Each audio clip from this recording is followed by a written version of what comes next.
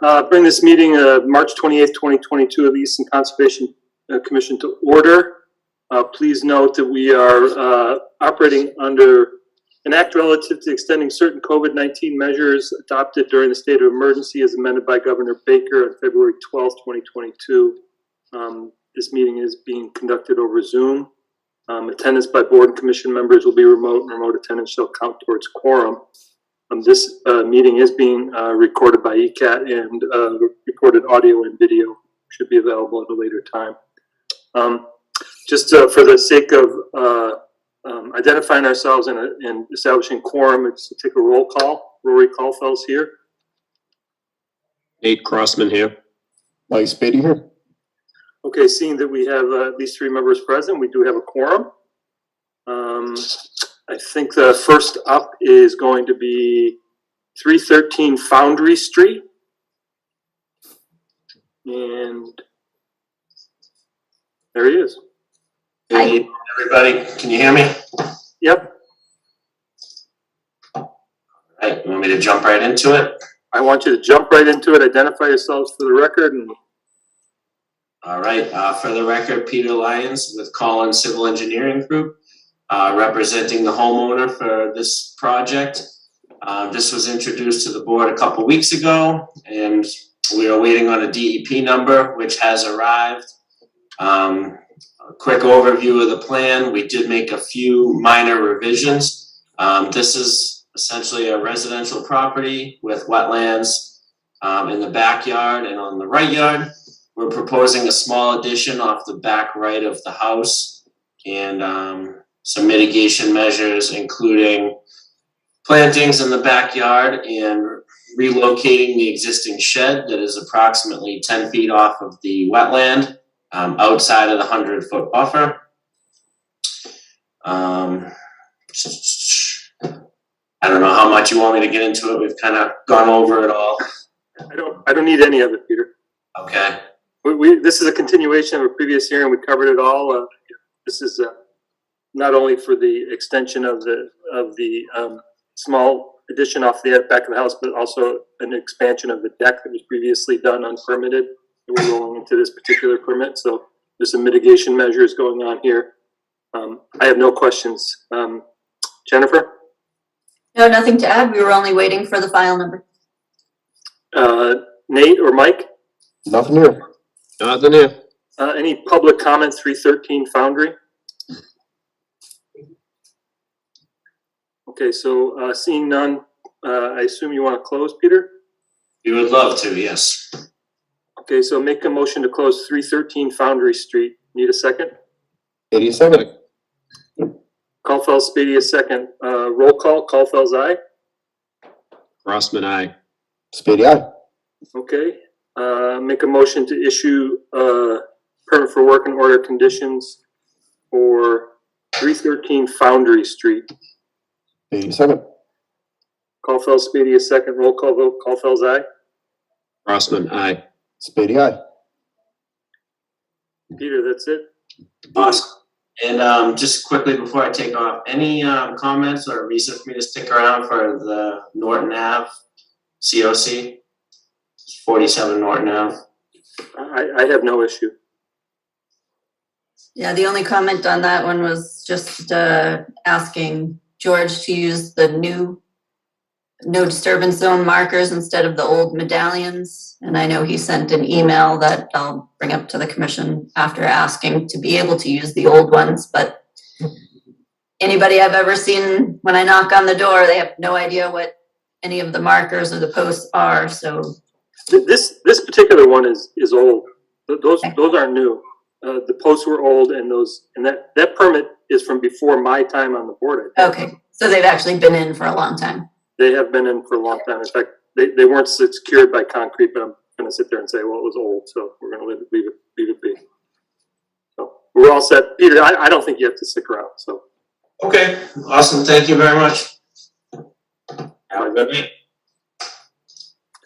okay, so next up is 9 Hobart Way. This is a continued hearing for a notice of intent for utility installation and other issues related to new home at 9 Hobart Way. Who's representing the, Ken? We'll start with Ken. Okay, somebody brought Ken up, so.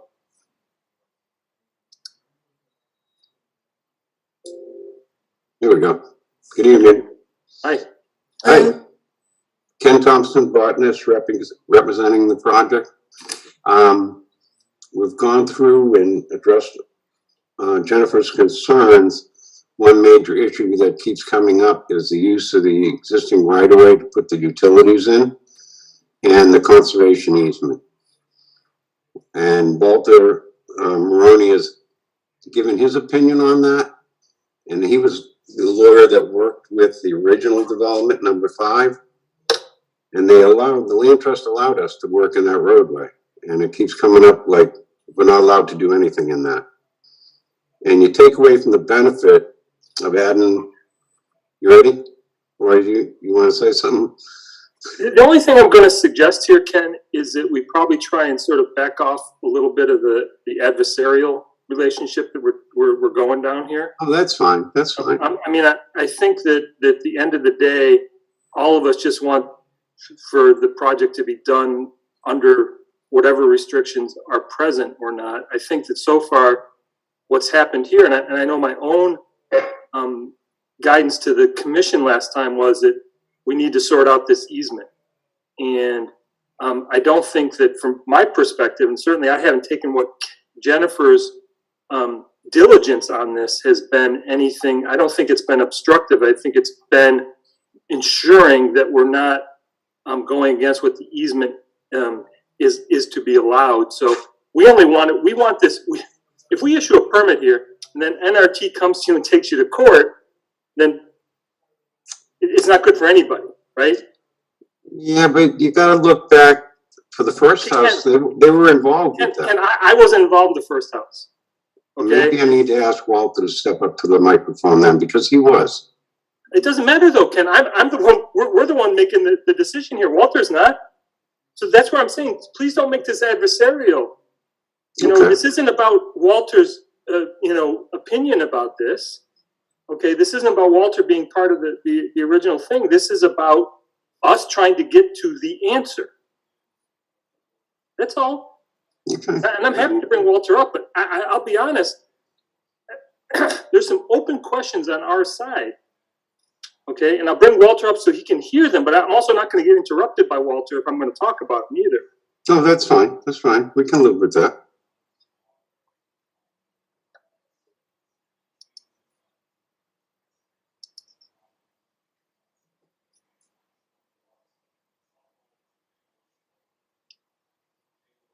Okay, so Walter's been promoted. So just a couple of things about the easement. If we can sort of focus on the easement this evening, Mm-hmm. I think in order for us to even talk about the rest of it, we sort of have to understand from the easement perspective.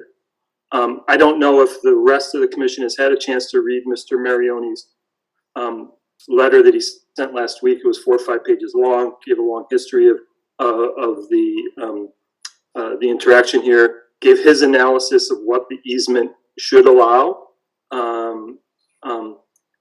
From our perspective, there's 2 other factors here, okay? One is we did reach out to the National Resource Trust Foundation of Easton to say, do you have any say in this?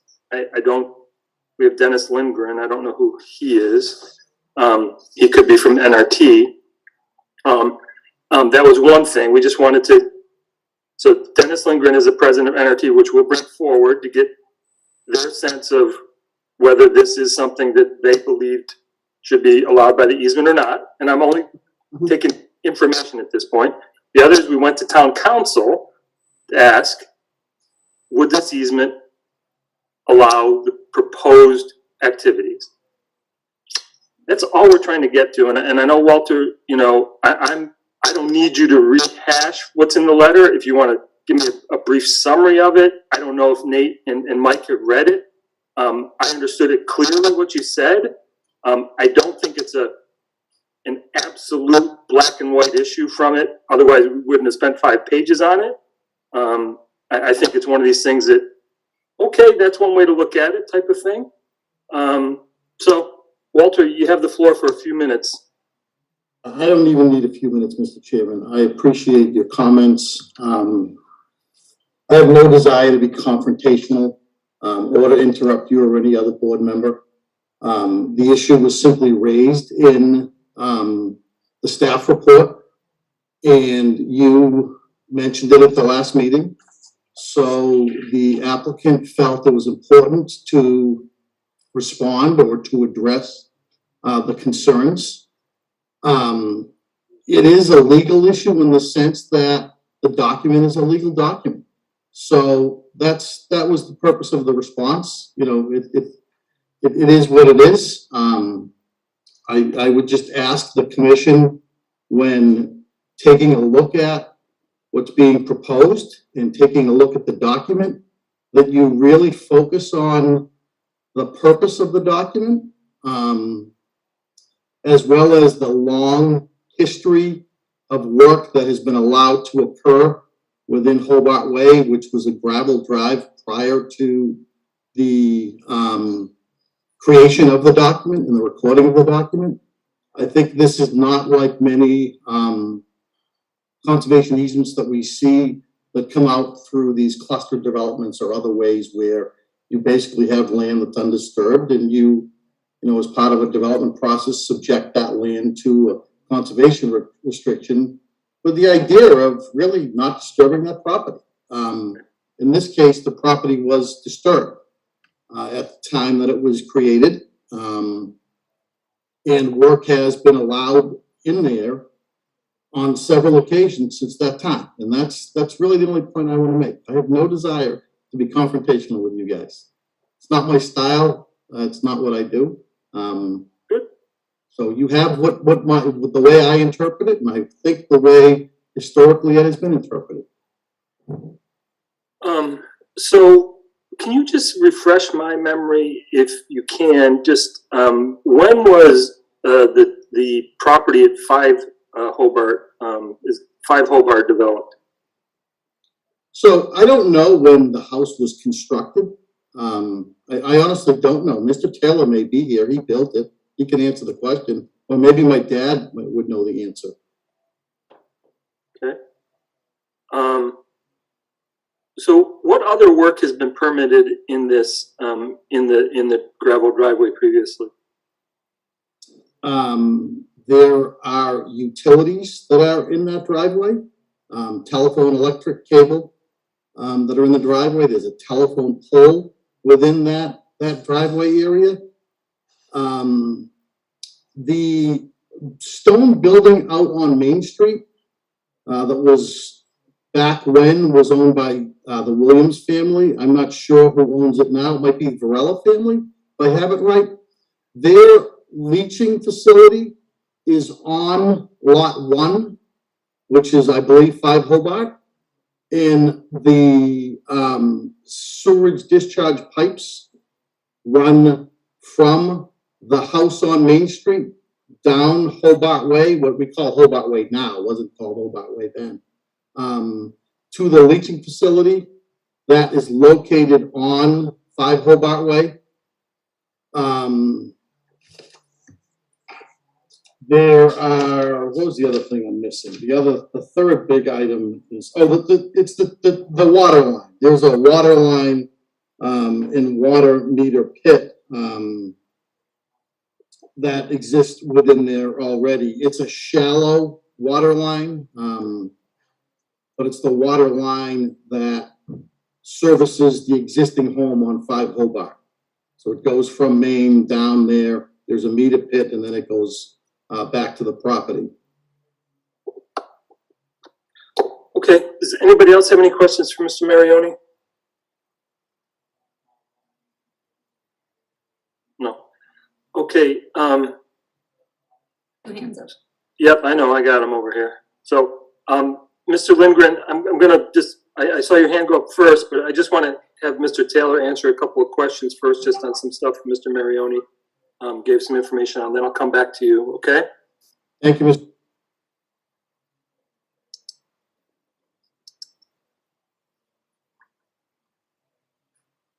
Mr. Taylor, you've been promoted. You can unmute yourself, turn on your video.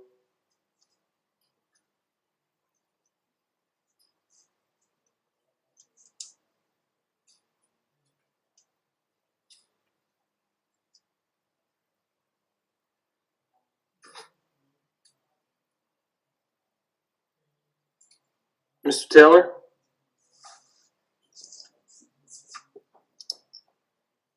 I'm sorry, did you? Here you go. We can hear you now. Okay, so, Just- Mr. Chairman, Can you just introduce yourself for the record, Mr. Taylor? Robert Taylor Jr., And your address, is it still at 5 Hobart, or have you moved somewhere else? I've temporarily moved to 11 Roosevelt Circle in South Easton. Great. So I know your name sort of got mentioned in a couple of the questions we had with Mr. Marioni. So when was your home on 5 Hobart originally developed? Well, to give you a little bit of the backstory, I bought the Elise Ames Parker mansion and 48 acres in, believe it or not, 1981. And have owned it since, including reconstructing the 3 houses behind the Unity Church, the barn and the 2 houses behind the Unity Church, where my daughter Suzanne Ballestino lives and my daughter Gretchen Couples lived until about a year ago. And then I developed Old Stable Lane, which was part of that project, Right. and built a house at the end of Old Stable. And in 1998, I built the carriage house at 31 Main Street, which is now 5 Hobart. Say again, that was 1996, you said? 1998, I believe. 1990, it was either 96 or 98, one of those 2 years, and I can confirm that if you need it. No, it's all relative at this point. Yeah. Okay, so so during that time, was the utility work permitted in the gravel drive at that point? Were any other improvements done on the gravel drive? Well, it's been a gravel drive since the Hobart Ames Mansion was on the property, which was in, probably if you dig down now, you'll find the foundation almost where Antonio Varela may build his house, but that was torn down in 1951 and was built in 1895 or 6. And that Hobart Way has been servicing that property since 1890s. So, but when you constructed your home at 5 Hobart in the late 90s, what utility work was done in the gravel drive? Was that utility pole put up at that time, or was it already existing? No, utility poles were put up. I have actually pictures of them being installed by Easton Edison at that time. And interesting enough, the utility poles that are there now also service electric lines, telephone lines, and cable lines to the Queeset House Mansion. So they service not only the former 31 Main Street house, which is now 5 Hobart, but also service the Queeset House Mansion. And then water lines were put in 20 some odd years ago. The town put a meter pit in the driveway. Water lines were installed, and the cable television pedestals were also installed 25 years ago. Okay. To service the properties. Okay, I think I've got enough rough information here to help put this in perspective. So, anything else you want to offer here on the easement issue at all? No, but I have to tell you that in all the years that I've had the easement and maintained the property, we've always kept it looking as beautiful as possible. And my 6 grandkids used to play out on those fields all the time, so we kept it mowed, we kept it hayed if it had to be hayed. We did everything that was needed, and we've never had any conflict with the Natural Resources Trust of Easton and worked closely with them. And the interesting part is that they actually had a duty to inform us every year that they would be walking the property on a certain date to check on the easement. So they've actually seen everything that's ever happened there without any issue. Yep. I don't know what the NRT's position on this is yet because we haven't recognized them yet, so. Okay. And at the planning board meeting, and I'll end this, is that one of the planning board directors, Mr. Mowat, actually said on record that they had no issues with the extra house lot. So I have to say this comes up probably once every 2 or 3 meetings at this point. What happens at the planning board is almost entirely separate of what happens here. I can only tell you that. I can appreciate that. I'm just telling you that there was some dialogue in the minutes of the planning board. I totally understand, and from their perspective, everything might be copacetic, and we look at it from an entirely different set of regulations. So it's apples and oranges. So, okay, I appreciate it, Mr. Taylor. I'm gonna put you back to the waiting room there.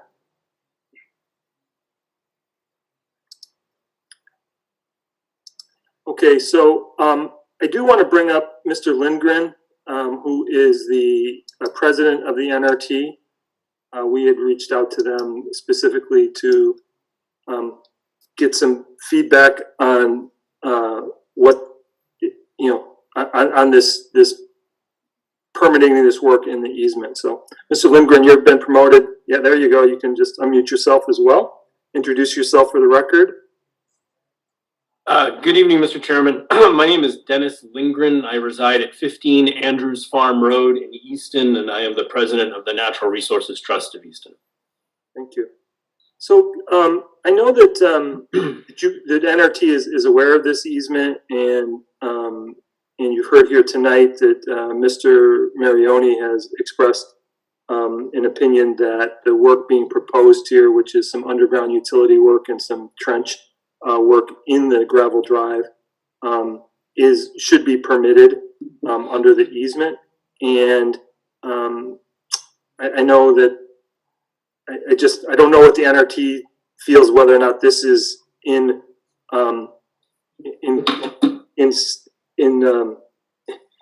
agreement with what the easement is meant to do. So why don't you give us your perspective and maybe give us some feedback? Absolutely, and the NRT has no interest in being obstructionist or difficult or confrontational.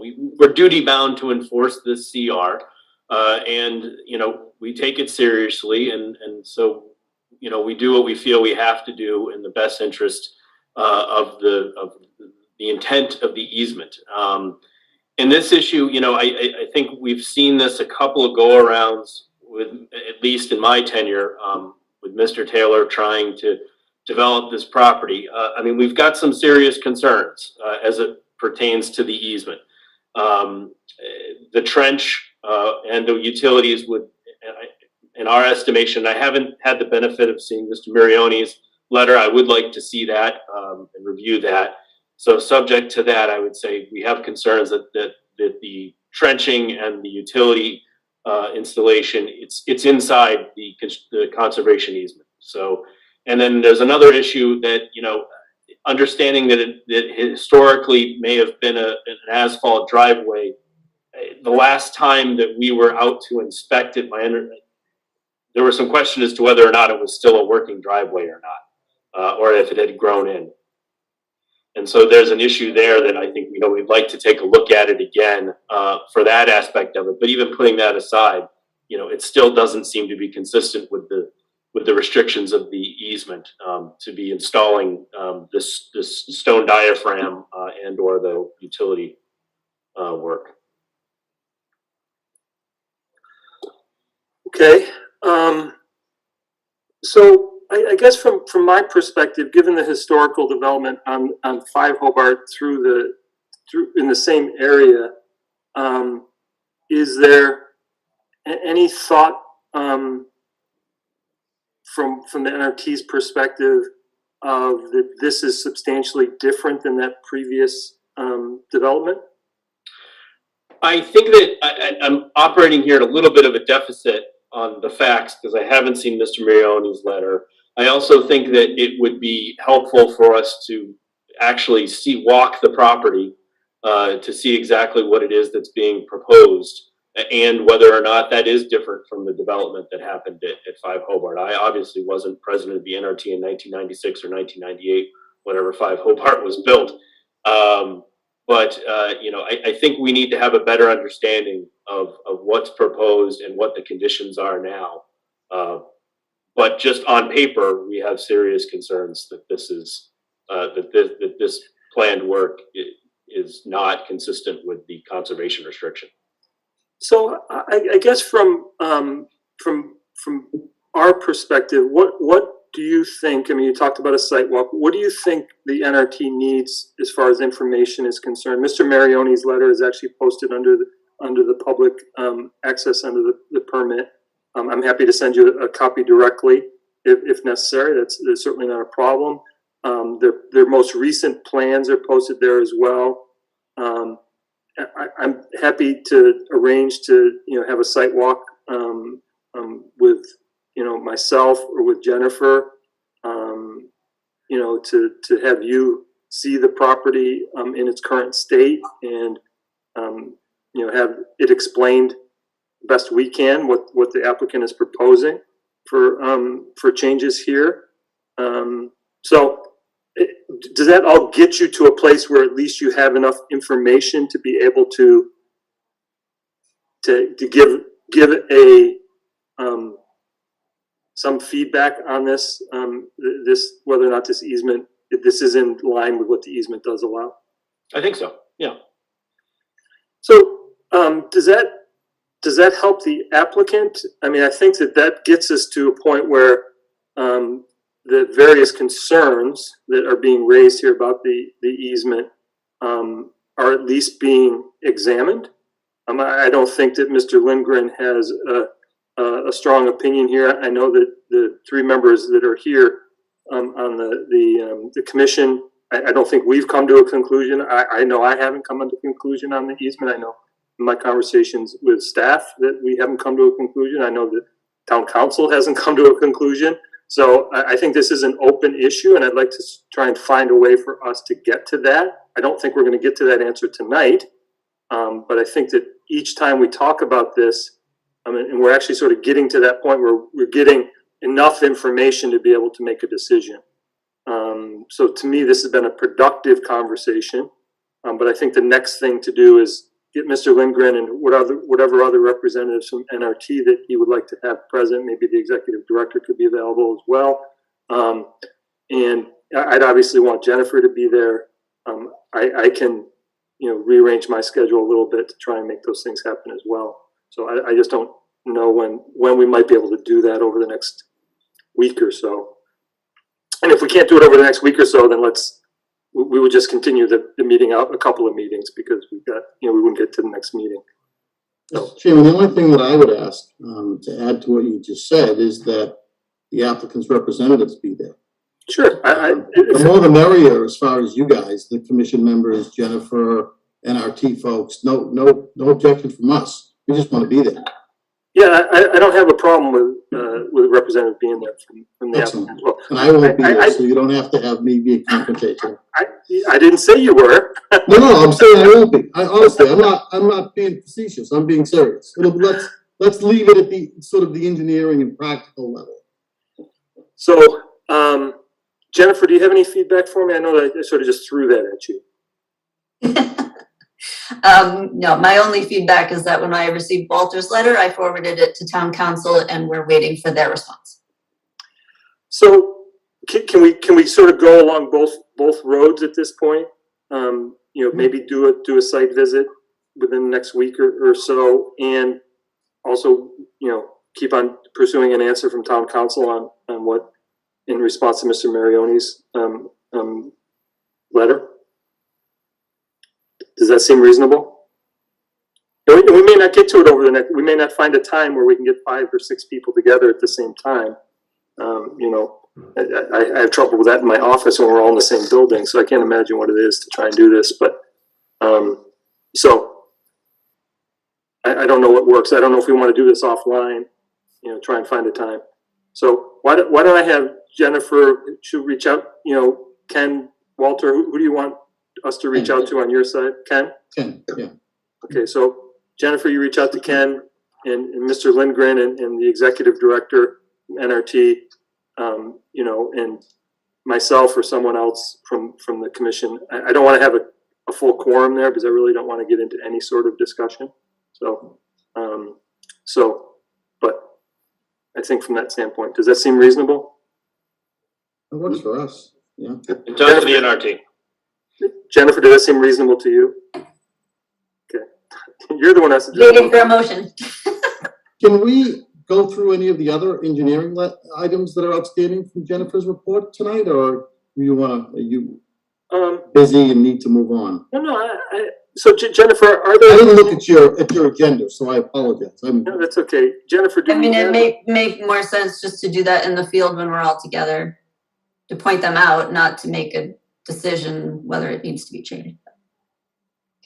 Yeah, we're going to continue this anyway. I think let's just have a field conversation about it, and then we can come back and have a commission meeting and talk about it in detail, and the rest of the commission can evaluate what the changes are, because I assume that there'll probably be some minor changes. Okay. The one comment I'm going to say about and I know it's because of all the various resources on this property. There are enough buffer zone lines on this, and I have to tell you, I really have a challenge seeing them all. And I don't know what I guess I should take out the plan and use a highlighter to figure out where they all are. But it really is very challenging for me to see where everything resides. The buffer zone lines for you have riverfront, and you've got the floodplain, and you've got border vegetated wetlands and isolated wetlands and all this stuff. So I don't know if there's a way to make that clearer on the plans from my perspective. I've got some impact maps where I've actually gone and calculated each one of those impacts out that I can forward to Jennifer for you guys to review. Okay. Because it just kept changing. That's why I've done them 3 times now. So. And I think that the one comment maybe over the next couple of weeks you guys can work on it from the staff report is calculating the impacts for each one of the buffer zones and having them available. I think you guys have to amend your filings for those because they're not on the forms themselves. Mm-hmm. So I think I think we've got all the disturbances in total, but I don't think we have them for each one of the buffer zone areas. So I think you might have them. I don't think I've seen them broken down. I thought it was on the first page of my response for this meeting. I went through it all. I think it was all in total to me. So. Okay. I mean, I've got maps to show the individual ones. Yeah, we need to get them onto the form. You guys just need to amend those forms so they have the right numbers on. Yep. Okay. Any other comments from anybody who's here right now before I go to public comment? So, okay. Any other questions from the commission before I go to public comment? I'm all set. Okay. Any public comment for 9 Hobart Way? Okay, so seeing none, let's continue to April 11th, but I will say that's going to be very tight. And I'm hesitant to even do April 11th, but let's do April 11th. We need to get this. I don't want to have another meeting till we all get to be out on site and look at the easement and what the work's going to be done. So that's really our biggest issue right now. Until we get past that, and then it's the next biggest issue. So make a motion to continue to April 11th. 82nd. Roll call vote. Caulfield's aye. Crossman, aye. Spady, aye. Okay, guys. Thank you. Thank you. Mr. Lindgren, Mr. Marioni, I appreciate you coming in. Thank you. Thank you.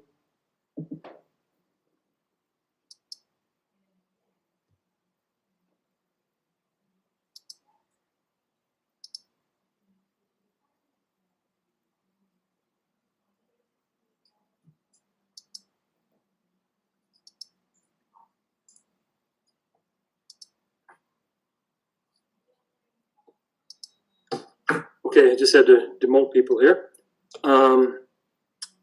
Next up is 560 Foundry Street. This is a continuation, longstanding continuation of a notice of intent for development at the old Foundry site. And we don't have anybody. Lori's on. Oh, she's already got promoted. I didn't see it. I said, I thought I saw somebody. As we close out the previous hearing, I load them up so they're ready to go. Okay, thank you. So Lori, I understand that you wanted to give us a little bit of an update about what's going on and where we stand on this. So it's my understanding, actually, I thought Mike was gonna be on tonight. It's my understanding we have a meeting coming up, with Jennifer, at some point, I believe next week. Yeah, I think it is next week, yep. Yes. So just for the record, Lori, can you just identify yourself? Sure, Lori McDonald, Senior Environmental Scientist with Conoco Engineers and Scientists. Thank you. Yes, I do believe that there is a meeting next Wednesday. Yeah, the 6th. Yeah, so, Yeah, but I'm with you, Laurie. I thought Mike wanted to be on the agenda so we could just present what he submitted. And then we knew that we weren't going to get the consultant review back until the 11th. Andrea's comments, I know she's had a draft this morning, but I didn't see if she posted the final comments on Permitize or not today. The commission has a site inspection for this Friday with our consultant. And you mentioned that staff and Conoco have, and LEC will have a meeting on the 6th, just to try to narrow things up a bit. I can briefly discuss what we uploaded recently if you'd like. So we updated the permitting plans per comments raised by Andrea, and there were some changes to how we were looking at riverfront area impacts. So that's one of the main things that we did adjust. There was also a wildlife habitat evaluation that was completed on potential overwintering habitat for yellow spotted salamander. That was uploaded along with some figures and plans showing the existing potential habitat and the proposed potential habitat for overwintering salamanders. We also uploaded responses to the commission's comments. There were some changes to impacts to bordering land subject to flooding. There was a resolution between Conoco and the other consulting company with regards to the limits of floodplain, and we uploaded final documentation as to where the floodplains are, as well as the final impacts. There were some minor changes to the plan, so there should be a revised set of plans that you have available.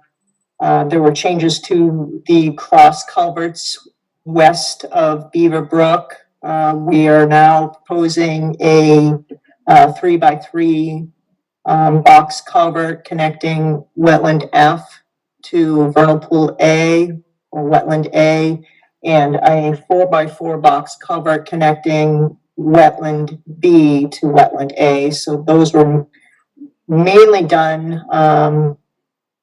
The primary reason was to make sure there was a hydraulic connection between the two, but the size of those connections, the sizes were increased to accommodate wildlife moving within the site. We also updated the waiver request for vernal pool and the waiver request for riverfront area. Those two letters, more accurately describe the impacts on site and how the project, is gonna overall benefit, resource areas, after completion, especially with the proposed, removal of that 54-inch RCP and the blocking of the 36-inch cross culvert, or actually it's not a cross culvert, it's the pipe that that picks up low flow along Beaver Brook and currently passes it underneath the boundary site east of Beaver Brook. So that's a significant improvement to wildlife habitat on site, and as well as connectivity, the infiltration and groundwater recharge, major improvements in that aspect to resource areas on site, as well as the construction of a new wetland replacement area south of the site, partly on conservation lands. That's a major improvement to wildlife habitat, restoring the natural channel in that area, as well as providing, removing invasive species and providing wildlife plant species with higher values. Trying to think what else did we submit that is of importance. And what were the main items? Yeah. So I think that one of the takeaways that I'd like to see from the commission here is that if you haven't read the documents in the past, you can see that they've almost all been updated at this point. As we start to near the hopeful finish line on this project and be able to come to a decision, I think it's probably time for us to all start refreshing our recollection of these documents and making sure that that we understand what's happening here, what impacts are happening, what mitigation is happening, what the overall impacts can be, how they're being improved in other areas that may be offsetting those things. And we'll start to see some of that in some of the consultants' report as well. So, but I suggest I think it's just a lot of information for us to entirely go through simply at a hearing. So I think we have to have a good basis of the information so we can ask pointed questions and direct questions and areas of concern that we may have related to this. So I just strongly suggest we all spend a little bit of time over the next couple of weeks. I think we're going to try and continue this to the 25th, but let's not wait till the 24th to open that file, because there's way too much to consume at that point. So if we just take a little bit at a time, it'll all start to fit together, I think. So, well, I do appreciate the update, and I know when I went into the file recently, the last 25 documents in there are all from like the last week or two. So I'm well aware that the volume of information that's been updated has been quite a lot. So looking forward to digging in on that myself. Sounds good. Jennifer, do you have any other comments? Nope. Anything from the board? Like the plan, sound good. Any public comment on 560 Foundry? Oh, Mike's here. Mike's here now. Mike, do you want to come in? I hate to have you attend and not have a chance to. Lori did a good job though. Lori did the update, Mike, so. Yeah, I just promoted him in case he had something to add. But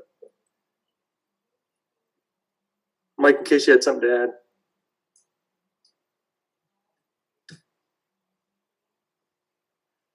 Mike? Yeah, he's being quiet today. Actually, I I must say, he had a severe problem with his computer on Friday. It crashed, so he's now using a new computer. So it could be that there are issues with his computer connection. Well, luckily you did such a fantastic job, Lori, that we don't need Mike, so. Oh, Mike, no, we do need Mike. Not for this hearing. So Mike, I'm sorry we can't hear you, so we are gonna move along here. So I'm gonna make a motion to continue to April 25th. 82nd. Caulfield Spady is second. Roll call vote. Caulfield's aye. Crossman, aye. 80 aye. Nice to see you too, Mike. Okay, so 3-0 to continue. Thank you. Thank you both. Thank you. Have a great evening. Bye-bye. You too.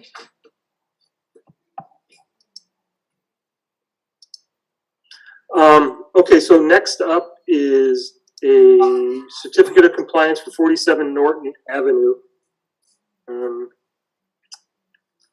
Yeah, they're ready. They're stabilized. The markers are in. You can issue a full. Any questions from the board? Any public comment, 47 Norton? Seeing none, make a motion to issue a certificate of compliance for 47 Norton Ave. Second. All Crossman, right. second. Caulfield's Crossman second. Nice job, Nate. Roll call vote. Caulfield's aye. Crossman, aye. Spady aye. Beautiful. I had to get one there. Yeah, absolutely. Get on the board. So next up, a board discussion. I don't think we had any meeting minutes to approve. I didn't see them. MBTA Community Zoning Implementation Review Team Representative Report, that's me. We had a meeting last week. I think it was last week. And it was our final one before the report actually went to the select board to do a final review. They're doing it tonight, actually, the 28th. They're submitting, finalizing our comments to the state on the proposal. And we did do some more additional review of potential areas in town where it might make sense to do this. Obviously, there's constraints for wetlands and everything else along this way. But I think that there's some potential areas where this makes more sense than others. And we're moving it along. And I don't know if that particular review team will actually get reappointed. It was originally only appointed through 3/31 or 3/23, I think. And but they've been talking about wanting to extend it. So they liked our input so much that they're going to keep it. So we'll see what happens. So other than that, any questions from anybody? Okay, chair report. Just one topic, and I already talked to Mike separately about this. I think that probably over the next few meetings, I'd like to start having some discussions about what each individual member might sort of focus in on some of these projects, so that we make sure that, as I've been trying to talk right now, as I'm not the only voice in the room. I know that we've all got a lot to contribute here, and I think maybe if we try and sort of divide some of this stuff and make sure that maybe some person covers waivers, one person covers wildlife, another person covers stormwater, just to make sure that all the boxes are checked. And we can even work with Jennifer to sort of get more up to speed on what we should be looking at in these areas. And so that we all get a little bit more comfortable with this. And the other good thing here is that even if it's an area that you're not 100% comfortable with, we've got Jennifer, and she can make sure that, as Mike knows, she makes sure that we don't go out of our lane, and we make sure that we understand when we cover everything we do. She's going to make sure to raise the issue if we don't. So, but I would like to see everybody get a little bit more involved in what's going on. So that's something that I'm looking to do. We don't have a full group tonight. I have a more broader conversation, but I just want to raise the issue. Other than that, I really didn't have any other comments tonight. So Jennifer, land option discussion, 95 Union. Yeah, we were asked if there's any interest in trying to preserve that parcel of land. It's in the Chapter 61 program, so eventually that will come before us as a Chapter 61, or a sale or a conversion or something, but before, you know, it goes out to being advertised. There is 61 is 61 farmland? 61 is, they're far, I don't know, I lump them all together because I don't know the okay, 61 and 61A. forest and which one's specifically. It's all the same program at the Okay. moment for this purpose. So just for the edification of other board members and whatnot, is that a landowner can choose to enter one of these programs. There's reduced taxation underneath the program, but it also allows the town to have right of first refusal if that land ever goes to change hands. So that's, in a nutshell, what the program. There's a lot of regulations around it, but that's in a nutshell what the program is. So it obviously keeps these big tracts of land an opportunity for the town to sit there and say, well, we prefer to keep it the way it is, or keep it as pastoral land or woodlands or whatever it is. So, sorry, Jennifer. Right, so it is 34 acres. It does have abutting protected land on at least 2 or 3 sides of it. Wetland, floodplain, a potential vernal pool. So it's just sort of a general question if the commission thinks it's something worth pursuing, some sort of preservation activity for it. I would say it would be appropriate, yeah. Yeah, so can you just give us, so I know on the Brockton side, it's up against Wildlands Trust, owns that piece of property there. Yep, Wildlands and Brockton Audubon. Right. Yep, and then the other side is town property. It looks like conservation land. Right, so, I mean, to me, this makes perfect sense. I mean, you got Dorchester Brook there, you've got, you know, French Pond on the other side of the road. I mean, it makes perfect sense to me to continue to look at this as a continuation of preserving that property. So my initial thought process is to, yes, let's figure out what the next step is. I mean, I know that there's probably an assessment that has to go in and whatnot. So anybody else? Mike, Nate? Keep it. Of course. Keep. So, I mean, that's adequate. We don't need to have an actual vote for that. Okay. Thanks. Okay. Next up is Tufts Farm bids. Yes, they were due today at noon. We did receive 2. And so we're supposed to have 1 member from Conservation, me, and 1 member from the Agricultural Commission review and evaluate the bids. Agricultural Commission members have said that, you know, they're really not comfortable doing that, so we would end up having 2 Conservation Commission members reviewing and evaluating the 2 bids that we received. So, who's interested? Don't all clamor at once. I'm in. I can do it. But it's at 6 on Thursday? That was a tentative Okay. date for interviewing the 2 bidders. Oh, okay. Yeah, it was tentative. It was put in the RFP as tentative.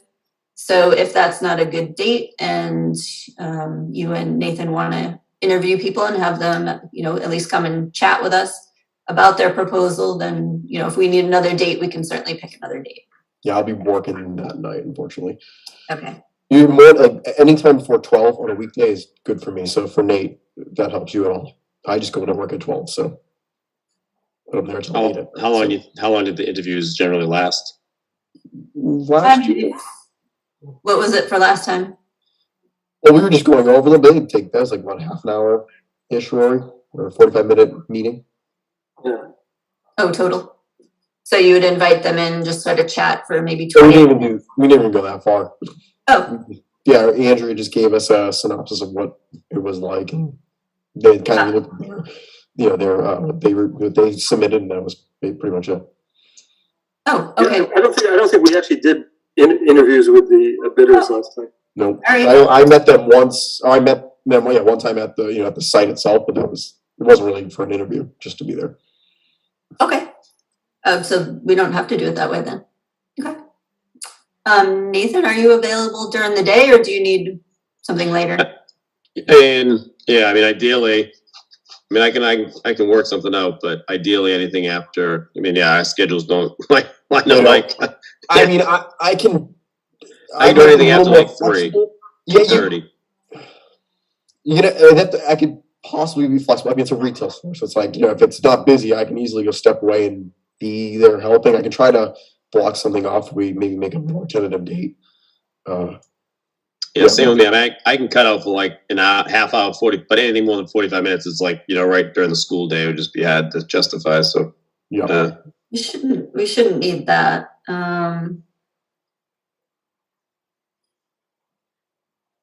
It's April. What about like a Monday? What time? Because you work at 12. Yeah, I work at 12. So every other Monday, if I'm not going to this meeting, I just work till late on Mondays. So. Okay, so the April 4th wouldn't work then, Monday. This was before 12. I could try to, again, I could see if I could leave like an hour, maybe. All right, well, let's do this offline so we don't just spend more time for it. But okay, thanks. Thank you.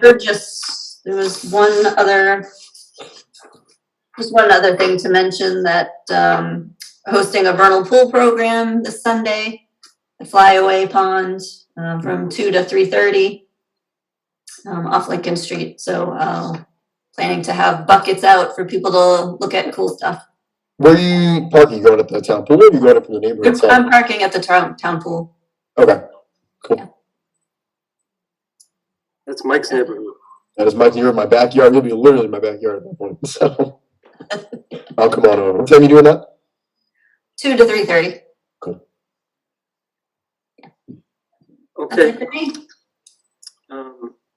Anything else from anybody? Have any questions? Okay, very good. Where do I asked this in an email, where do I access the documents regarding 560 Foundry Street? How do I access those? The updated ones? Yeah, so they should be in the permit for that, but if you don't know how to access that, can Tish or somebody send him the link and the instructions? I think I know what you're talking about. Yeah. On your agenda where it's in blue and underlined, if you click on it, it should bring you to all the documents. Got it. I can figure that out. If you have trouble, let us know. Jennifer, I won't. you had a question earlier, just before we leave, about Collins wanting to use the old markers, right? Yeah, but you answered that because you said it was an older project. Everything now should be the new ones. Yes. But, yeah, that one was just an old project that I'm sure we didn't even have new ones at that point. So, because you've only had them for a few months, so. Correct. Okay, anybody want to make a motion? Motion to adjourn. Second. Spadia, Crossman second. Roll call, Fells, aye. Crossman, aye. Spady, aye. Thank you, guys. Thank you, guys. Thank you. Another 1 hour meeting. Woo! Yeah, Jen. All right, thanks. Later. Good night. Bye.